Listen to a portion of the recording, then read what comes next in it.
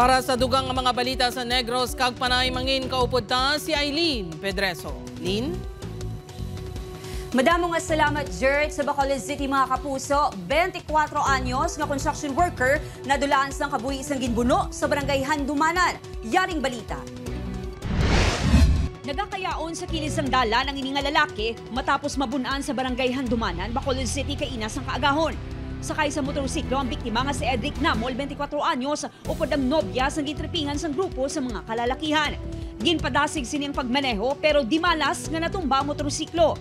Nakalabay ni sila sa area sang Proxator, nagamotor sila kag may mga group sang mga pamatanon nga nag-tripping sa ila, nga ginlagas sila. No, amo ning victim nato na bilin, no?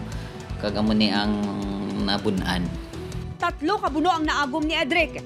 Isa sa likod kag 2 kapatal nga pila sa dughan nga gintunaan sa iya kamatayon. Hindi madali mabaton sang pamilya ang natabo kay Edric. Sang gadyute pa ko mo sa may call center.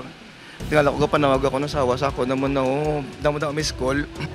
Amo na nga gura gaap sobraan ni may high blood po ko daan.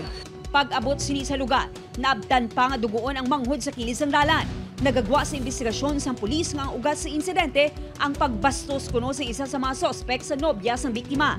May ginatumod na nga persons of interest ang kapulisan. Upod kay Reynald Castillo, Eileen Pedreso, 1 Western Visayas.